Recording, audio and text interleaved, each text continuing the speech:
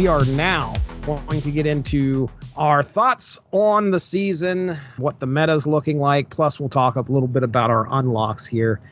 So I will go first, and high voltage, man. High voltage is such a treat and a lot of fun. I legitimately got to level 83, which means I crossed the 80 threshold and stopped playing the regular game. Yeah.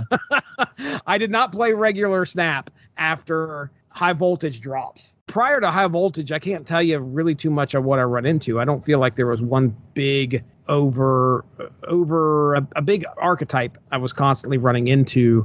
During high voltage, it seemed like anything was on the table. You could play against people who were playing destroy. I ran into a fair bit of destroy. I ran into a fair bit of discard during that period, but I was using it mostly to do bounties. Mm-hmm. I was really cranking out the bounties, so much so that I hit a record one week, that week of high voltage, where I had 11,000 in bounties. And I think if you looked at my cube count, I had like 32. So yeah, it was. I noticed that one. That It was good. very little cube count, very high bounty. I had a blast doing it too. High voltage did, when it came to bounties, you could throw a deck together specifically made for that. If you were smart enough or lucky enough to get 3 bounties that were very similar, you could knock out 3 bounties real easy just by putting a discard deck together. I think there was one that I avoided that was when you had to destroy 6 cards in a game. I avoided those like the plague because that was tough to do.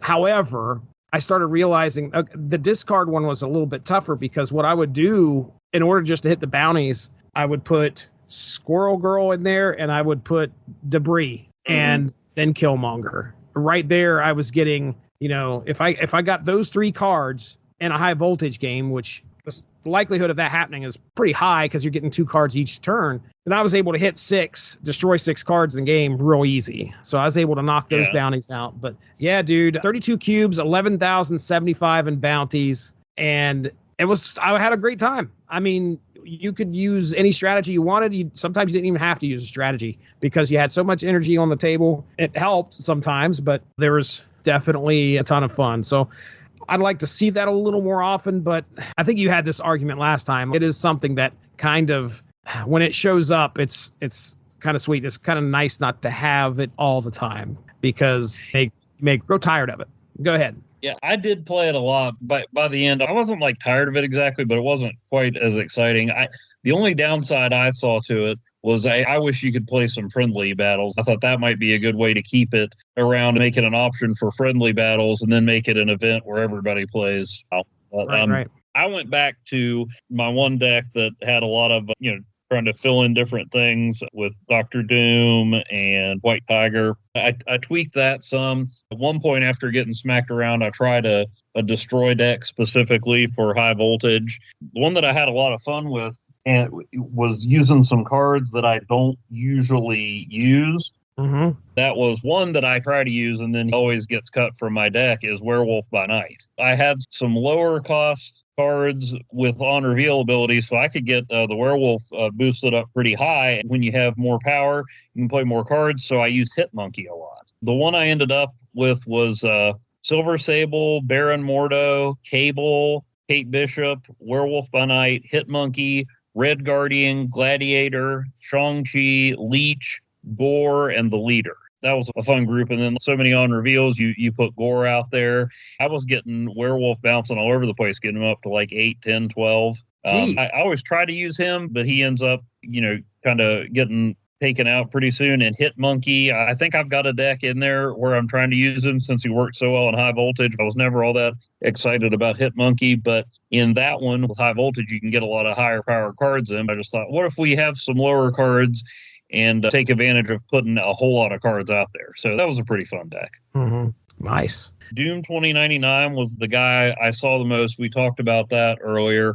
Even with all the cards from this season, even though Luna Snow was probably my lowest rated one, it was fun to try to come up with some strategies for, but I also experimented with some other new cards. I got not sure if you're familiar with it, but Captain Marvel. Finally got Captain Marvel to work for me. Oh my gosh. So I won more games with Captain Marvel than Baku this season. That's for the first time ever. I put her in that maximum clonage deck as one of the, because I'm like, well, yeah, 5's great, but what if you can boost her up a whole lot more? I just never quite got Captain Marvel to work for me. Put Galacta in there to boost her up, Gwenpool, so that you could really get Captain Marvel out there with some firepower. Scarlet Spider's in there. Spent 6,000 tokens on a card I've been excited about for a long time, Sebastian Shaw. I finally recognized it, so I put him in there, boosting all that power up. Galacta, Gwenpool, Agony, Penny Parker. You start boosting him up, get Gilgamesh to come in there at the end, and that did get me back to Infinite. Oh my gosh. Again. Jeezy crime. I see people on Reddit who say they've played for years and they finally I finally made it to Infinite. Evan Bevins is cranking things out. This is number 3 or 4. Not sure. It might be 5 or 6.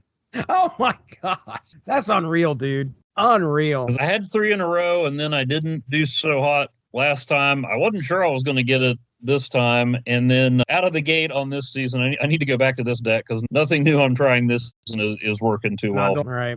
Yeah, the other new card, we're going to get into the unlocks, but the other card that I tried for the first time in a long time and actually build a deck around is High Evolutionary.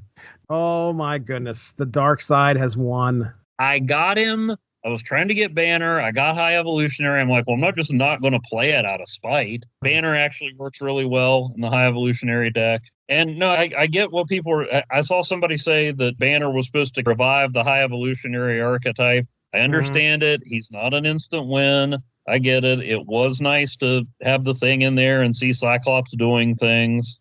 Makes me mad. I hate seeing Cyclops do things. When it's against you, sure. But now I could watch the thing actually do something and enjoy that action. You have wanted the thing to matter for so long, I guess. And you had to do something to at least it's that satisfying. I've never claimed it was an unfair, unstoppable card. I just said there's not much downside to it. I still think High Evolutionary should be a 4-0. It's not an unbeatable card. I've played it. It's an interesting change of pace. Still think he shouldn't be 6 power. I agree. So yeah, those were the new cards I tried out. Sebastian Shaw, High Evolutionary, and Captain Marvel. Captain Marvel is about the only good one out of those. But the other two, man, you were against both those. I know you didn't like High Evolutionary. I didn't like High Evolutionary. I don't like the character of Sebastian Shaw. The exactly. Card's fine. I recognize it worked with a lot of things that I like to do. He's a bit of a scumbag and not even an interesting one. I mean, Dr. Doom's a jerk. He's got style. Oh, he does have style. Well, congratulations on getting to Infinite. The only other thing I wanted to bring up here was I'm starting to feel the gold squeeze. Okay. This was a term we talked about a long time ago when they did some kind of change to where other people were talking about, oh, you're going to have the gold squeezes on. And I, at the time, had like probably 5,000, 6,000 gold because I hoarded it like, some stupid dragon. But here's actually, I think, what contributed to my downfall. I figured out how to go to the shop and look at the cards that had the little album thing beside it. Yeah. And then click on the album to see what album it goes into. Right. I didn't realize you could do that. That is helpful. Because I would see these cards and I was like, oh, I wonder what album that goes in. And then I would go to the album screen and scroll through to figure out, oh, it would probably fit in this one. Click on that album and then buy, okay, is that card in there? No, it's got to be in another album. I did that the longest way for the longest time. And then finally I figured out I could just click on that album and actually see what album it goes into. They just added that not too long ago. Okay. All right. Well, at least I don't feel incredibly dumb. I'm not sure, but it's a fairly recent development. What I ended up, when I started doing that, I started realizing like I'm only one card away from whatever that reward is on quite a few albums. I have dropped to about 1,200 gold because I started finding variants that were like just enough to get me to that reward in that album. So when we go through my unlocks, there's a couple of things that I did not need to buy unless I wanted to do something for the albums. I'm currently experiencing the gold squeeze. I'm not getting a whole lot of gold. Obviously, not getting the season pass might be contributing to it, but I got a lot of variants. I spent a lot of gold on variants. And so, yeah. With that being said, yeah. I usually save enough. I try to only get certain variants. I try to say, I'm only going to get a variant if it's in this album or if it's this particular one.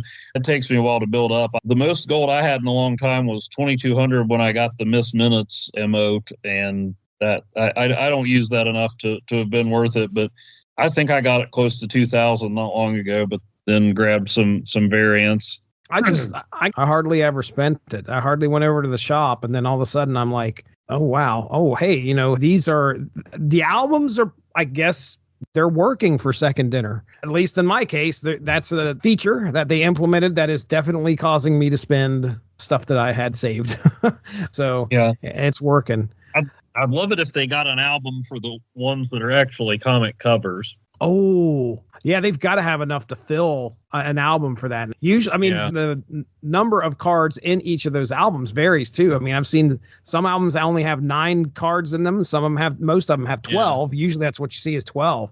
But we've got to have 12 comic cover cards out there now. The other thing to keep in mind on those is, usually I'm only buying them if it's a variant I really like the Secret Wars Symbiote Spider-Man. Right. Or if it's in an album I want, but I still get, not all the time, but I still get cards in albums as random prizes sometimes. Okay. Like I got one just the other day that was the Max Grecki Wolverine that gave me the Days of Future Past variant from the Wolverine album. Oh, okay. Nice. That's why there's some that I'm like, I could move up in that album, but if it's not a prize that I'm really looking for, I just hold out. I've gotten the occasional hip one, and I know I got that Grecki Wolverine and something else. So I try not to do it unless it's tokens or spotlight key or an emote that I really want. But I have still gotten as random prizes some in the albums. I bought one, I think because I needed it to get tokens. I bought the X-23 Food Fight variant. Oh, okay. But then I got the Dr. Doom Food Fight variant as a prize. It would have went into that album and got you what you needed? Got it because I liked it, and I was close to where you get the 10 variant covers and you get 2,000 tokens. Mm-hmm. So decided to go with that one. Okay. Because I like X-23 in the Wolverine costume. When Logan was dead for a while, they did a really good storyline with X-23 where she took over as Wolverine. And it was followed by a guest appearance by Squirrel Girl. So I always had a soft spot for that version. All right. Let's talk about unlocks here. I'll start things out with what I have currently, and this was as of right before we recorded, currently at a 15,442 collector level and 3 spotlight keys. At one point I had 5 going into the season, and now I have 3. So that's worth probably 1 full spotlight cash if necessary. Hopefully we pull it on the first try. Anyway, right off the bat, we're going to start with Jim Lee Magic. And this is a card. I don't know if I unlocked this one in a cash or if I bought it specifically. There's a possibility I may have bought the card in order to get, because I'd have to look, but it might have been one of those ones that was in the album. And it got me something. So that might be what happened there. Later on, I sent you a picture where I gold split. I think it was the first or second split of that Jim Lee card. And It ended up being a gold split. So it looked really cool. I put a gold border on it. It was one of the, I don't usually use the borders very often, but I think I put a gold border on that one and it looked really good. I put the ice border on Captain America. You're saying something there, aren't you? How did Captain America get to us from World War II? That's what I thought. Just making sure. Very nice. All right, next Pixel Null. Ended up getting a Pixel Null and the Dan Hip Spider-Man, a Luchador Sentry. Nice. I love the Luchadors, and this Luchador, I think you picked this one up last month or maybe the month before. I love the look of that Luchador. Then we have a Luchador album. I'm not sure if they have 12. They may not. I have and I'm pretty sure I got this one from the shop too, just because it looked great. And that was Tianyu Black Swan. Okay. Ended up with a Venomized Craven. Oh, that's a good one. Dan Hip Meek. Nice. Then I think this is where I bought the Midnight Suns Deadpool, I believe. Okay. And that allowed me to get the nice pool variant from the album. That's the reward. I have a lot of Deadpool cards. It allowed me to get the nice pool variant of Deadpool, which I thought was pretty cool. I got him selected as my favorite right now. Doom 2099, as mentioned earlier. Dan Hip Cerebro. Akale Nagu or New Domino. Dan Hip Carnage. A Weapon X Warpath, which looks awesome. I don't think I've seen that one. Yeah, he's black and white, and it looks really cool. David Nakayama Okoye, the Winter Vacation Elsa Bloodstone, which everybody got during the Christmas stuff that they were doing for 2 weeks. That's the other one I used the ice border on. Nice. 14 days of rewards or whatever they did. I don't know if I got this one before last time or if I got it this time, but I got the Red Goblin variant Green Goblin, which that's when you had the Carnage symbiote. Yeah, the card is the cover. I was just going through and bagging and boarding a bunch of Amazing Spider-Man comics right before Christmas break. And so, yeah, that's the cover to like the 800 or... Yeah, it's up there, whatever the special one was. But anyway, Pixel Kazar, Peach Momoko Jean Grey, which looks really cool. Dan Hip Crystal, a Pixel Goose, a Donna Gio Celine. The horse. That was when you were trying to get Rocket and Groot, right? Yeah, probably, because the next one is the Horseman of Salvation Blob. What are the Horsemen of Salvation?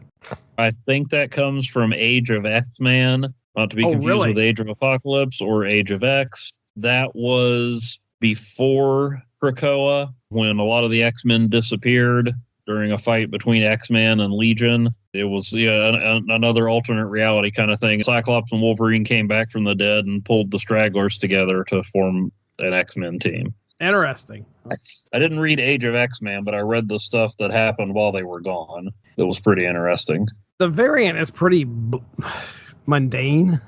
I mean, it's not exactly eye-grabbing, but whatever. Horseman of Salvation Blob. Then I got Rocket and Groot. Dan Hip Jubilee, the Ken Lashley Spider-Man 2099 Lasher. Ken Lashley was one of the rewards for High Voltage, I think. And then I got Lasher, Venomized Quicksilver, which I don't think I've ever seen before I got that. And then the Dan Hip Killmonger. So there you go. Nice. That is got a lot of hips out of there. 7 Dan Hip cards. Nice. But I'm not one of them. All right, man, you're up. Okay, well, I got Galacta, like I said, with my first or second swing at Luna Snow. I got the Lady Deathstrike variant by Kreese, Crees. Oh, wow. Not John Kreese, but Kreese. Yeah. Yes. Not to be confused with the Skrulls. Then I got Luna Snow. Then I got the Sunspot variant that we've talked about a lot that looks like Warlock. But what was notable to me is I looked at the artist, and it's Dan Mora. Have you heard of him? Dan Mora. Dan Mora sounds very familiar. Like the coach for the... No, that's Jim Mora. Oh, my bad. Playoffs. No, Dan Mora was until recently drawing World's Finest that Mark Waid's writing, which is an awesome, awesome series over at DC. It's Superman and Batman teaming up in the unspecified past when Dick Grayson was still Robin. There's one issue where Robin and Supergirl go on an incredibly awkward date. This has a lot of stuff that then pops up in present DC continuity. Did yet another sequel to Kingdom Come, but this one was written by Mark Waid and gave a different origin for Magog than being FDR's grandson, which is kind of disappointing. But now Waid is still writing that, but Dan Mora went off of that and is now drawing Justice League Unlimited, DC's new flagship. That's right. So that was kind of cool to see him pop up in this with this weird variant. I got the Adia Annihilus variant. Okay. I got a Kale Ngu, or however you say it, variant of Cassandra Nova, but you wouldn't like that. I mean, you're not missing anything. It's got like Eric the Red or some Shi'ar dude standing behind her who is like more prominent than she is. So I made that one my favorite because Cassandra Nova, well, first of all, the card, who needs it? And second of all, the character's pretty creepy. Got a Future Foundation Mr. Fantastic, so I just need 10 more cards to pair with my Future Foundation Leech, and I can have a whole Future Foundation deck. I got the Dan Hip Martyr, the Midnight Sun Silver Surfer, and then with the season pass, I got the Hella Rivals variant. I saw that card. Got a Pandart Colleen Wing to fill in an album. I got the Patrick Brown Spider-Man that looks like Scarlet Spider, which was cooler when Scarlet Spider wasn't a card, but it's still pretty cool. Got Penny Parker. Got a Pixel Viper and a Dan Hip Man-Thing. Love a good Pixel Hip 1-2 punch. Spent those tokens on Sebastian Shaw. Got the Rivals Doctor Strange. Then got an Eduardo Francisco Colleen Wing.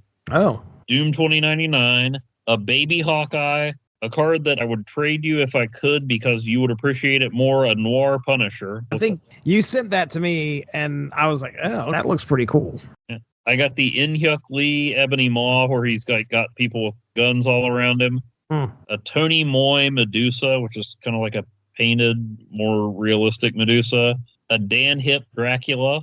Ooh. And then I got the High Evolutionary, Bruce Banner, the Winter Elsa Bloodstone, the Food Fight X-23, Dan Hip Vision, a Noir Sabretooth. Okay. I got the Oscar Vega Mr. Sinister, where he's like doing the vampire thing with his cape.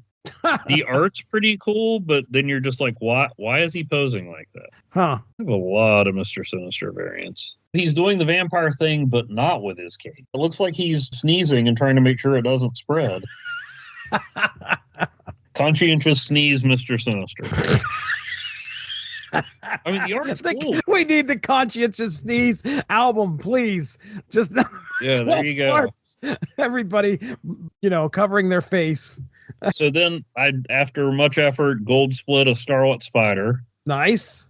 And I got the Art Germ Valkyrie, and this time it was the right one. Last time I told you I got the Hellfire Gala Jean Grey, which I mistook for the Art Germ Jean Grey. I got a Mad Boogie Domino. Those are some crazy looking cards. Yeah. Is that the same? You got the same thing going on with Domino? I assume it's a crazy looking art. It's like she doesn't have a spine, sliding on her knees and firing a gun. Gold split Zabu. Nice. And then I got Celine, Don Aguilo, and Blob Horseman of Salvation, but no Rocket and Groot. Got the Fight Dr. Doom. I got the Sports Mojo, which is Mojo watching sports on TV, so that's pretty on brand.